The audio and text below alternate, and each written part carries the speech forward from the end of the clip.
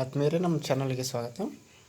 ಸ್ನೇಹಿತರೆ, ಕೆಸೆಟ್ ವಿದ್ಯಾರ್ಥಿಗಳಿಗೆ ಡಾಕ್ಯುಮೆಂಟ್ ವೆರಿಫಿಕೇಷನ್ಗೆ ಕರೆದಿದ್ದಾರೆ.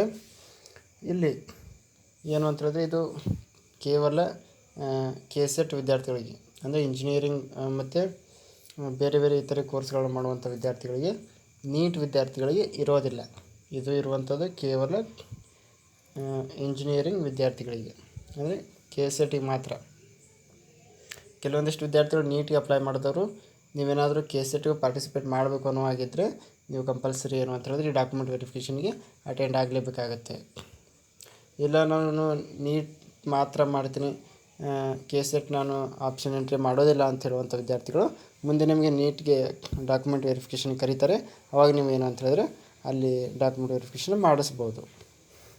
ಇದು ನೋಡ್ಬೋದು, ಇಂಜಿನಿಯರಿಂಗ್ ಆಗಿರ್ಬೋದು, ಆರ್ಕಿಟೆಕ್ಚರು, ಯೋಗ, ನ್ಯಾಚುರೋಪತಿ, ಪಶುವೈದ್ಯಕೀಯ, ಪಶುಸಂಗೋಪನೆ, ಕೃಷಿ ವಿಜ್ಞಾನ ಕೋರ್ಸ್ಗಳು, BSc ಕೃಷಿ ಆಗಿರ್ಬೋದು, BSc ನರ್ಸಿಂಗ್ ಆಗಿರ್ಬೋದು, B.Pharm ಆಗಿರ್ಬೋದು, ಇವೆಲ್ಲ ಕೋರ್ಸ್ಗಳಿಗೆ ನೀವೇನು ಅಂತ ಹೇಳಿದ್ರೆ ಡಾಕ್ಯುಮೆಂಟ್ ವೆರಿಫಿಕೇಷನ್ ಮಾಡಿಸ್ಬೇಕಾಗತ್ತೆ. ಇವೆಲ್ಲ ಕೋರ್ಸ್ ಮಾಡಿದಂಥ ವಿದ್ಯಾರ್ಥಿಗಳು. ಇನ್ನೊಂದು ಏನು ಅಂತ ಹೇಳಿದ್ರೆ ಕ್ಲಾಸ್ ಅಂತ ಇರುತ್ತೆ. ನಿಮ್ಮ ಅಪ್ಲಿಕೇಶನ್ ಫಾರ್ಮಲ್ಲಿ ಕ್ಲಾಸ್ ಅಂತ ಇರುತ್ತೆ. ಕ್ಲಾಸ್ ಎ ಇದ್ದವರು ನೀವು ಯಾರು ಡಾಕ್ಯುಮೆಂಟ್ ವೆರಿಫಿಕೇಷನ್ ಮಾಡಿಸುವಂಥ ಅವಶ್ಯಕತೆ ಇಲ್ಲ. Class B, C, D, E, F, G, K, L, M, N, O, P, N, Z ಬಂದಿರುವಂಥ ವಿದ್ಯಾರ್ಥಿಗಳು ನೀವು ಹೋಗಿ ಡಾಕ್ಯುಮೆಂಟ್ ವೆರಿಫಿಕೇಷನ್ ಮಾಡಿಸ್ಬೇಕಾಗತ್ತೆ. ನಿಮ್ಮ ಅಪ್ಲಿಕೇಶನ್ ಫಾರ್ಮಲ್ಲಿ ಕ್ಲಾಸ್ ಅಂತ ಇರುತ್ತೆ, ನೋಡ್ಕೊಳ್ಳಿ. ಕ್ಲಾಸ್ ಎ ಇದ್ದರೆ ಹೋಗುವಂಥ ಅವಶ್ಯಕತೆ ಇಲ್ಲ. Class B, C, D, E, F, G ಇದ್ದರೆ ನೀವು ಡಾಕ್ಯುಮೆಂಟ್ ವೆರಿಫಿಕೇಷನ್ ಹೋಗಬೇಕಾಗತ್ತೆ ಆ್ಯಸ್ ಪರ್ ಶೆಡ್ಯೂಲ್. ಇಲ್ಲಿ ದಾಖಲೆ ಪರಿಶೀಲನೆಗೆ ಅರ್ಹರಂಥ ಅಭ್ಯರ್ಥಿಗಳ ಪಟ್ಟಿ ಕೂಡ ಇದೆ, ಅಲ್ಲಿ ನೀವು ನೋಡ್ಕೋಬೋದು. ಕ್ಲಾಸ್ ವೈಸ್ ಇದೆ. ಕ್ಲಾಸ್ B ಇಂದ ಸ್ಟಾರ್ಟ್ ಆಗುತ್ತೆ, ಅದು ಎ ಇರೋದಿಲ್ಲ. ಅಂದರೆ ಎ ಇದ್ದವರು ನೀವು ಹೋಗುವಂಥ ಅವಶ್ಯಕತೆಯೇ ಇಲ್ಲ. ಎ ಇದ್ದವ್ರು ಏನು ಮಾಡಬೇಕು ಅಂತೇಳಿ ನೀವು ಯೋಚನೆ ಮಾಡಬೇಡ್ರಿ. ನಿಮ್ಮ ಅಪ್ಲಿಕೇಶನ್ ಫಾರ್ಮಲ್ಲಿ ಏನು ಬಂದಿದೆ ಕ್ಲಾಸ್ ನೋಡ್ಕೊಳ್ಳಿ, ಕ್ಲಾಸ್ ಕೋಡ್ ಇರುತ್ತೆ, ಅಲ್ಲಿ B ಇಂದ ಸ್ಟಾರ್ಟ್ ಆಗಿರುತ್ತೆ. ಎ ಇದ್ದವ್ರು ಹೋಗುವಂಥ ಅವಶ್ಯಕತೆ ಇಲ್ಲ. ಮತ್ತು ನೀಟು ಕೂಡ ಏನು ಅಂತ ಹೇಳಿದ್ರೆ ಕೇವಲ ನಾನು ನೀಟ್ ಮಾತ್ರ ಅಟೆಂಡ್ ಮಾಡ್ತೀನಿ ಅನ್ನುವಂಥ ವಿದ್ಯಾರ್ಥಿಗಳು ಡಾಕ್ಯುಮೆಂಟ್ ವೆರಿಫಿಕೇಷನ್ ಮಾಡಿಸುವಂಥ ಅವಶ್ಯಕತೆ ಇಲ್ಲ.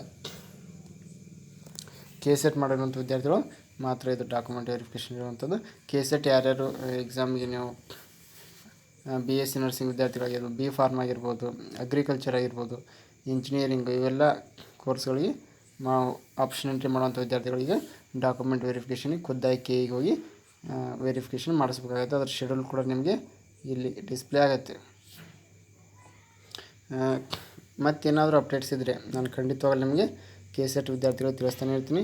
ನಾವು ಮಾಡುವಂಥ ವಿಡಿಯೋಸ್ ನೋಟಿಫಿಕೇಷನ್ ಬೇಕು ಅಂತ ಹೇಳಿದ್ರೆ ನಮ್ಮ ಚಾನಲ್ನ ಸಬ್ಸ್ಕ್ರೈಬ್ ಮಾಡ್ಕೊಳ್ಳಿ, ಹಾಗೆ ನಿಮ್ಮ ಸ್ನೇಹಿತರಿಗೆ ಕೂಡ ಶೇರ್ ಮಾಡಿ. Thank you.